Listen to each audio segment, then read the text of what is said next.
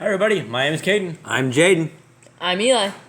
I'm Nicole. I'm Jason. And we're the Who on the Torah YouTube channel. We're a little slow today.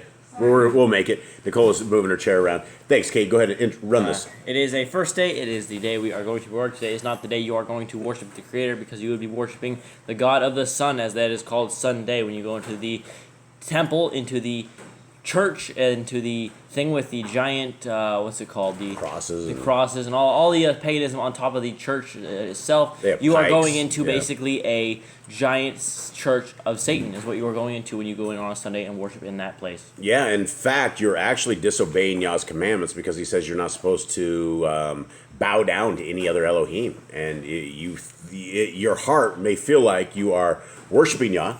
You may think it is. You may hear the organ music and the piano music and people singing, and it may just give you that good feeling. But rest assured, the Hasatan could give you that good feeling as well. He is the master of disguise and master of surprise, and he can do whatever it is. He's got a lot of power, right? He was able to take Messiah YHWH up to the top of as far as he could see and show him the kingdoms of the world. Say, hey, these could be yours if only you will bow down and worship me. And Messiah YHWH told him to depart, get out. He said, you do not bow down to anyone other than Yahuwah. Yeah. As was written. So there is no Yah in the Sunday worshiping church. All right, so let's get into this. Let's take a quick. First of all, let's do our months. Month 6. It is day 7. First day of the week, day 7 of the month. We need a process for this. Yeah, we do need a process. Like month 1, day 1 of the week, 7th day of the month. I don't know. Yeah, we'll get it. We'll work through it. So anyway, we are month 6. We are on the first day of the week, not a 7th day. And I'm going to take you guys over to the ghettos of BitChute. Okay? I'm going to take you over here, and we'll see what this looks like over here. And this is by this guy called Greed Kills. And so we've been uploading over on BitChute. And, most of this stuff over on BitChute, I think, are bots. Most of this, but there are a couple of people over there. Greed Kills. This is what he says, Greed Kills. I enjoy listening to your post, but I do hope you realize the Old Testament is the New Testament minus the Law of Moses. Jesus fulfilled the Law of Moses. There's only the 10 Commandments now, and all those commandments stand on the truth and love of God. The blood of God, which is Jesus, God come in the flesh, covers all the sins and made everything clean. People cannot understand this because every man is born a liar, born in sin, and they do not study themselves to be approved. That's why they called Jesus a drunk, an overeater, one who associates with sinners. But God didn't come to save the righteous. He came to save a sinner, and everyone is a sinner because they are born in sin. Only the blood of a sinless God can cover all sin. Jesus is God, showing us how to live in the flesh on earth. That's why they mock Jesus, we're supposed to say, because they know he is God come in the flesh. God is spirit and lives inside the flesh of all his people. Didn't God say he would come to teach all the people on earth? So then he gives us Matthew 12:23. Behold, a virgin shall be with child. So this is so behold, a virgin shall be with a child and shall bring forth a son, and they shall call his name Emmanuel, which is interpreted God with us. Is that Matthew 1:23 or is that Isaiah? Wasn't that Isaiah? I think it's twice. Both. It repeats. So that was actually that is the wrong interpretation. If you take it and look into the Septuagint, that is incorrect on this. So let's see what else he has. He has Acts 10:15, and the voice spake unto him again the second time, what God hath clinged, thou call not thou common. All right. Oh no. And Paul said, all right, Mark 7:17-22. If any man have ears to hear, let him hear. And when he was entered into the house of the people, his disciples asked him concerning the parable. And he saith unto them, are you so without understanding? Also, do ye not perceive that whatsoever thing from without entereth into the man, it cannot defile him, because it entereth not into his heart, but into the belly, and goeth out into the draught, purging all meats. And he said, that which cometh out of the man, that defileth the man. So, for from within, out of the heart of man, proceed evil thoughts, adulteries, fornications, murders, thefts, covetousness, wickedness, deceit, lasciviousness, and evil eye, blasphemy, pride, foolishness. And then he has John 6:45. It is written in the prophets, and they shall be taught of God, every man therefore. Man, I got to tell you guys, I've never heard any of this before. He's a bacon apologist. This is a new one. Have you guys ever heard this? I don't think so. I mean, there's some. Wow, this whole thing right here. There's so many errors in this. Okay, so here's I just Take this is crazy, right? So Yahuwah is not Yahusha. They are two separate people. All you got to do is, like you said, you're supposed to study to show yourself approved unto Yahweh, working in need not to be ashamed, rightly dividing the word of Here's truth. how we know he's not studying: is he repeats things that every other Christian says. Or This is new. Jesus was a drunk. Who said that? I know. I'm trying. The Pharisees did. When it was about John the Baptist and him, they were like, "See, you say the son of, or you say John the Baptist is a demon because he does not eat, but you also say that the Son of Man is also a demon because he comes eating and drinking, and he's a drunkard and a glutton." Oh, I see. Okay, well, maybe this guy is more studied than I am. I didn't remember that part, but I do now. So Thank you, Eli. if the Pharisees were angry with Yahusha because they knew he was God, so they say in theory that he was God, right? And they were angry. They knew he was God. They wouldn't be saying they would be bowing down to him because that's their creator. Yeah. They wouldn't be saying they hate him. They hate him because they didn't know who he was. They didn't read the scriptures. They were not studied in the scriptures. So when he said he was the son of El to come to save them, they hated him. They felt like jealous. They felt angry over that thing. They were not having anger because they knew he was God. If they knew he was God, they would have never done that, but he wasn't God. Yeah, well, it says he fulfilled the law of Moses. We've gone over this to ad nauseum. Anyone that follows this channel, that knows this channel, knows exactly where this is, and you're probably sighing with us as well, because this is what it's day after day after day. It's a bacon apologist. It's a bacon apologist, yeah. And so this is, and they, this is interesting, I guess. So anyway, Jesus is not God. Yahushua is not Yahuwah. One thing, New Testament and Old Testament, it's all the same thing. It's the covenant, and there's a renewed covenant. It's not the exact same thing. There's completely different stories. There should be no splits. There should be absolutely no splits versus Old Testament and New Testament. There should be just one continued thing. If you take that one page in your Bible that says New Testament and pull it out, it's the exact same story. It's all the way through. It's just Yahusha came after many years of exile to restore his people to the covenant. Right. And if you take away the Old Testament, say it's the Old Testament thing is New Testament, minus the Torah, that's not true. You don't have the prophets. You don't have the prophets. You don't have Solomon. You don't have the kings. It's not the same thing. It's a much different timeline, but it's all one timeline. It's not two different things. Yeah, and for those who haven't dealt with Christians in this is the same stuff over and over and over and over and over. It never ever changes. So yesterday during Shabbat, we got attacked by a Jew who. He was in our sermon. He was in our teaching on the Shabbat. Then he came into our chat room, and I guess we'll go over this real quick. Hold on. All right, now I'm going to take you guys into our Telegram group that we have here, and we don't have a lot of people because it seems like we offend a lot of people and they disappear pretty quick.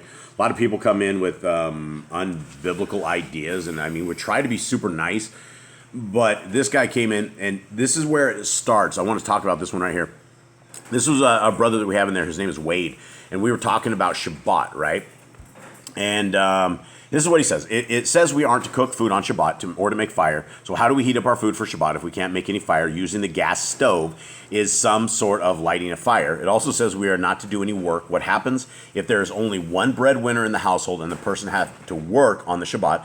And then he says, or say one only pay at month, and it's the day before month, and there is no food and no way to prepare anything for Shabbat because I only pay on the Shabbat. What do I do because my household needs food, but I'm unable to buy or sell on the Shabbat? So this is what we discussed this, and we said, you got to work through this, and that wasn't the whole thing, because this is where is it down a little bit? Mm-hmm. It begins. So if you hit your down arrow from where you're I at. did that, and it took me to school. And this is not it, so let's go right here, guys. Sorry, I wasn't. It's right under my. Yeah, I see. It's a connection. Here it begins. Okay, so here it begins. And right here. And, I have to preface this by saying us as people, we can do a lot better job at being kind and gentle on things like this. This is where it is. So we had this guy pop in yesterday, right? I don't even know what the Hebrew name was, something, and I'm not sure what that was. But he says Toda right there, right? And then he replies to Wade, and he says this: you can ask somebody out of the covenant to do it for you. If you have no alternative, Avinu Malakinu will never be a dictator means if you get put in great distress, you can do whatever is needed since you have no choice. But keep looking for alternatives and pray for a change which will allow you.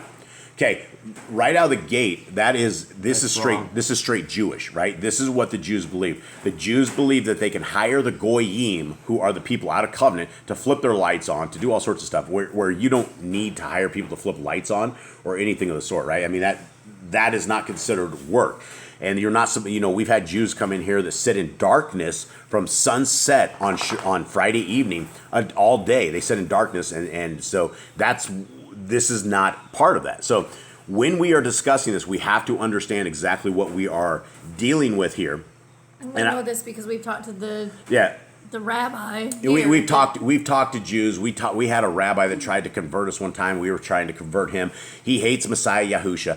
Here's what the Jews believe. The Jews believe their Messiah is coming soon. He's not here. He hasn't made it.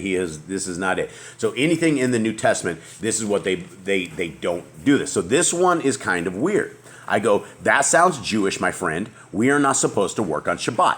And then I quoted Exodus 28. But the seventh day is the Shabbat of YHWH Eloheka. In it you shall not do any work. You, nor your son, nor your daughter, your manservant, nor your maidservant, nor your cattle, nor your stranger that is within your gates. So he's saying that human beings or people out of covenant are less than cattle, right? Because you're not even supposed to have your cattle work. You're not supposed to do any of this stuff, right? And then we had Sarah, she pipes in. She goes, I don't think we should make anyone work on Sabbath, even if they don't keep it. Absolutely, right? And then it gets a little odd, right? So right here, the guy writes me right back. Do not write me friend while using anti-Jewish undertone. And then he goes, that is actually Jewish. The scripture covers the situation where the 12 tribes at Sinai, all in Eretz, Israel. But if you are living in diaspora among nations and you have friends or neighbors, not Yahuwah, you can ask them. So that is Jewish, where he says it. That is actually Jewish, right? And we are not Jews. We don't keep those. We don't have 25 other books. So, and I said, I don't consider you my enemy, so I consider you my friend. We are not Jews, brother. We are Torah keepers. We believe in Yahusha as our Messiah. And it gets worse, right? And then he says, that's not right. That contradicts. And he says, we are not Jews. We are Torah keepers. He says, you are anti-Jewish, so you are anti-Messiah. And then I write to him, I said, contradicts the Talmud? We don't believe in the Talmud. That breaks Deuteronomy 4:2. And I'm always going to this, guys. You shall not add unto the word which I command you, neither shall ye diminish aught from it, that ye may guard the commandments of YHWH Eloheka, which I commanded you. You shall not add unto the word which I command you, neither shall ye diminish aught from it, that ye may guard the commandments of YHWH Eloheka, which I command you. And he goes in, he says, Yahushua is, and will always be a Jew, whether you like it or not. Now, he is gone on here is the thing about Jews, right? The Jews believe they have been oppressed since the beginning of time, and they have this chip on their shoulders that they're a victim, right? That is the Jew mentality, that every Jew is a victim because of all the stuff that happened and the Holocaust stuff that happened, all that stuff, right? They have a Jew mentality of being a victim. Oh, you're being anti-Semitic. Now, the thing about the word anti-Semitic is it means Shem, is Shemite. If you are anti-Semitic, you are anti-Shem. That was one son of Noah. So where that word came up, it's crazy, and I don't know. And he says, I am anti-Satan, Jews believe in, this is what I said. I am anti-Satan, Jews believe in demonic books. And anybody that doesn't want to say that the Jewish Talmud is evil, there's a book I downloaded a long time ago. I can't remember what it was called, but it's one of them. And listen, you can do evil things to people. The circumcision that the Talmudic Jews do involves them putting their mouth upon where they have just cut off, and they're sucking the blood in, friends. That is what they believe, and they have gone away from that. Number one, they're ingesting blood. We know we aren't supposed to ingest blood. And then he goes, watch your language. I rebuke your evilness. Okay? And he's getting real angry because we just called out his entire religion, which is the Talmud, right? And then he goes, without the Jews, you wouldn't have any Torah. And I go, wrong. let's begin. He says, without the Jews, we wouldn't have any Torah. Now, the Yahuda, what they call Jews, he was the fourth son of Jacob, right? There were no what they called Jews until after Jacob and his kids, right? Even then, the Torah was given to Moshe. The Torah was actually given to Abraham. It was given to Isaac. It was given to Jacob. They all did sacrifices. Adam did sacrifices. They were given a verbal Torah, as it states in the New Testament. It says they were given a verbal Torah until a written one was established. Yeah, and this was not just given to the Jews. This was given to anybody who wants to keep the laws, statutes, and commands. How do we know this, Eli? It's because, how do we know How do you know it's not just given to the Jews? Because it went to all 12 tribes of Israel. No. How can we don't know? How do we know? That's just some basic thing. Because it goes to the Hebrew and the stranger. Yes, there's one Torah for the stranger and there's one Torah for the Hebrew. It is for everybody. Yah said that himself. So that is. So we go over the rounds with this, and I'm going to end with this thing right here. But guys, we are not Jews. You do not want to be a Jew. A Jew does not believe in Messiah Yahushua. And if you do believe in Messiah Yahushua, well, you've violated Deuteronomy 4:2, because you're adding all of the books outside of the Torah, and you're adding it as doctrine, and you do evil things. So with that, what's going on, Nicole? I just thought you said that funny, but I don't know. Did I say that funny? Anyway, if I said it funny, it's not meant to be funny. It is meant to be very serious. Like the weird way that you said it. It wasn't funny. Like you said it like... Yeah, no, I get what you're saying. Not like the funny of the other day. No. So let's get into this, guys, real quick, and give me some blessings real quick. Yah's blessings. What do we have? What blesses us? I feel like I am blessed today because our cow is still alive, and she hasn't gotten worse. She still can't get up by herself. But Jaden has been a warrior and has been out there for nights on end. Nicole has been up for nights on end, readjusting, getting up. Every couple hours we got to go out there. If the cow goes to her side, she could die. And they get really sick when they go to their side. It makes them like weak and worse. Yeah, and so we're always out there trying to adjust her. When she can walk around, and we have to lift her up to get up. But then when she sits down, she tips over, and so we're running from the house out to the field and over and over and over again. So that's what I feel blessed about, that Yah has he's listened to our prayers. And even if the cow does die, I know Yah listens, and I have a little bit of hope. And I love the creatures of Yah, everything, even the dogs that bite us and bite each other. They're amazing animals. I don't know of one single animal that is not unique, that doesn't do something awesome, from spiders to ants to, everything that is out there. Our Creator creates the coolest things ever, and he creates them in a way that it sustains the environment, that we can stay alive because of it.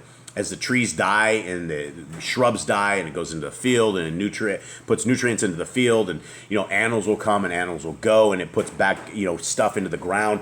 Our environment is perfect. There is nothing our Creator has done that is not perfect, and by that I give him all glory, all honor, all praise. And there's no one greater, and there will never ever be anyone greater. Hasatan can do all he wants, all he tries, and he can alter DNA, and he can give everybody crazy stuff and kill off the entire world. But you know what? Yah's ways are the right ways. All right, next. I am grateful for this family, here in physical, and the family outside that is willing to spend time with us on the Shabbat, that is willing to spend time and give their opinions, but also this family here. A family is just a very blessed thing. A family is it's a blessing to have a family, to have people that are close to you, that care about you. And it's just a blessed thing. Yeah, and that is, that's a beautiful thing, Cade, and I will take that a step to the sadness that a lot of people don't have what we have found. A lot of people are single parents. There's a lot of single people out there, a lot of people that have taken heartbreak and brokenness, and there is nothing better than a fully functioning family. But you won't find a fully functioning family unless you're in the Torah. Right? If you're not in the Torah, you will be led astray, and you will lead your family astray, and you will hurt them. And you don't mean to, but you just don't know. And so, yeah, beautiful. Jade. I'm thankful for a roof over our heads, and Yes. for the shelter, a little shelter for the cows, so she can be dry while it rains during the night. Yeah, absolutely. We are those poor people, and so it is, everything that we have is absolutely beautiful. And when it rains, I'm always thanking Yah that, wow, thank you for that we were able to afford the tent over our heads and the house over our heads. And he's just such a beautiful, wonderful provider. I can't thank him enough, and I can't give him enough glory. Nicole. For hearing. To be able to hear Hearing. the birds, hear speak, hear people. Yeah, and that's yet another mystery of our Creator, right? How do we take audio waves and take these vibrations, and the vibrations that you guys are all hearing are making sounds into your ear, and you can just figure this out, right? How is this even possible? This is amazing. Eli, what do you got? I think for clouds, one, they bring us rain, and two, sometimes when it's really hot, they'll just like cover up the sun for a little bit, make it a lot cooler, give us a little bit of shade. But what about those giant airplanes that are dropping the clouds over our heads and it makes the sun go away, Eli? They're fake clouds. Yeah, they're fake clouds, but what do we do about this? Not thankful for those ones. You're not thankful for those? I honestly haven't seen it. I don't even know if I've seen a cloud in 10 years. Pray for protection from them. Yeah, pray for protection. These psychopaths are above our heads. They're dropping stuff on our heads all the time. And it's just more of a way to depopulate the world as they claim climate hoax crap and all this stuff. And I guess can't even say climate hoax anymore because that's like being banned off everywhere. So I'll stop with this, and I guess we'll begin. Deuteronomy 9. Everyone ready? Yep. Shema. Hear, O Yisrael. You are to pass over the Yarden this day, to go in to possess nations greater and mightier than yourself, cities great and fenced, up to heaven, a people great and tall, the children of the Anakim, whom you know, and of whom you have heard say, who can stand before the children of the Anak? Okay, so this is I got to pause real quick because a guy the other day was he was going, oh well, you know, the people of Israel, they murdered everybody, right? Yeah, they murdered everybody, so you didn't have 30-foot people that were owning you. And Look, they weren't pure DNA. No, this could be. Here's the thing: if Yah hadn't gone and killed everybody, right now you could have been the slave of a 30-foot dude. He could have let you out of your cage this morning. There was nothing that could be done when you're dealing with people of that size. You are you're an ant to them, and they will dominate you. They will take care of. Like if we hadn't killed off the giants, it wouldn't just be the NBA we have. It would be something else. It would be like triple NBA. Okay, 3. Understand therefore this day that Yahuwah Eloheka is he which goes over before you. As a consuming fire he shall destroy them, and he shall bring them down before your face. So shall you drive them out and destroy them quickly, as Yahuwah has said unto you. Okay, these are these hard words again, right? Kill them all. Speak not into your heart, after that Yahuwah Elohim has cast them out from before you, saying, for my righteousness Yahuwah has brought me in to possess this land.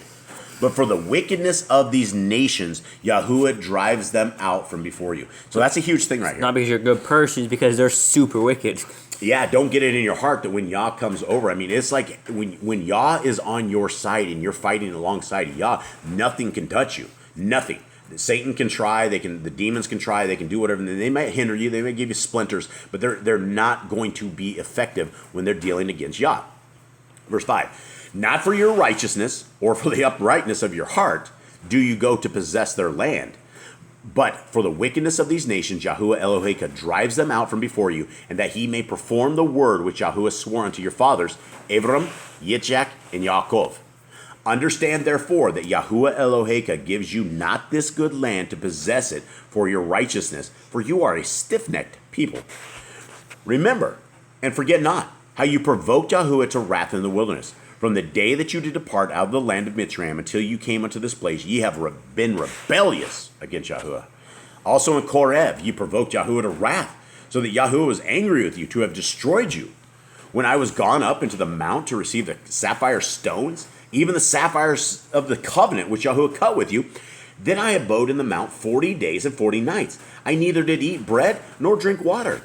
And Yahuwah delivered unto me 2 sapphire stones written with the finger of Elohim, and on them was written according to all the words which Yahuwah spoke with you in the mount out of the midst of fire in the day of the assembly. And it came to pass, at the end of 40 days and 40 nights, that Yahuwah gave me the 2 sapphire stones, even the sapphires of the covenant.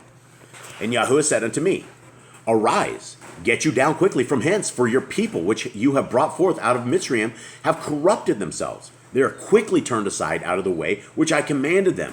They have made them a molten image. Furthermore, Yahuwah spoke unto me, saying, I have seen this people, and behold, it is a stiff-necked people. Let me alone that I might destroy them, and blot out their name from under heaven, and I will make of you a nation mightier and greater than they. So I turned and came down from the mount, and the mount burned with fire, And the 2 sapphires of the covenant were in my hands, my 2 hands. And I looked, and behold, ye had sinned against Yahuwah Elohim, and had made a molten calf. Ye had turned aside quickly out of the way which Yahuwah commanded you. And I took the 2 sapphire stones and cast them out of my hands, and broke them before your eyes. And I fell down before Yahuwah, as at the first. 40 days and 40 nights I did neither eat bread nor drink water, because of all your sins which ye sinned in doing wickedly in the sight of Yahuwah, to provoke him to anger. For I was afraid of the anger and hot displeasure wherewith Yahuwah was wroth against you to destroy you. But Yahuwah hearkened unto me at that time also. And Yahuwah was very angry with Aaron to have destroyed him. And I prayed for Aaron also at the same time. And I took your sin, the calf which ye had made, and burned it with fire, and stamped it, and ground it very small, even until it was small as dust. And I cast the dust thereof into the brook that descended out of the mount. And at Tav-erah, and at Makkah, and at Kivroth, Hat Ta'ava, you provoked Yahuwah to wrath. Likewise, when Yahuwah sent you from Kadesh Barnea, saying, Go up and possess the land which I have given you, then ye rebelled against the commandment of Yahuwah Elohim, and ye believed him not, nor hearkened to his voice. Ye have been rebellious against Yahuwah from the day that I knew you. Thus I fell down before Yahuwah 40 days and 40 nights, as I fell down at the first, because Yahuwah had said he would destroy you. I prayed therefore unto El Yahuwah, and said, O Adonai Yahuwah, destroy not your people and your inheritance, which you have redeemed through your greatness, which you have brought forth out of Mitzrayim with a mighty hand. Remember your servants, Avram, Yitzchak, and Yaakov. Look not unto the stubbornness of this people, nor to their wickedness, nor to their sin, lest the land whence you brought us out say, because Yahuwah was not able to bring them into the land which he promised them, and because he hated them, he has brought them out to slay them in the wilderness.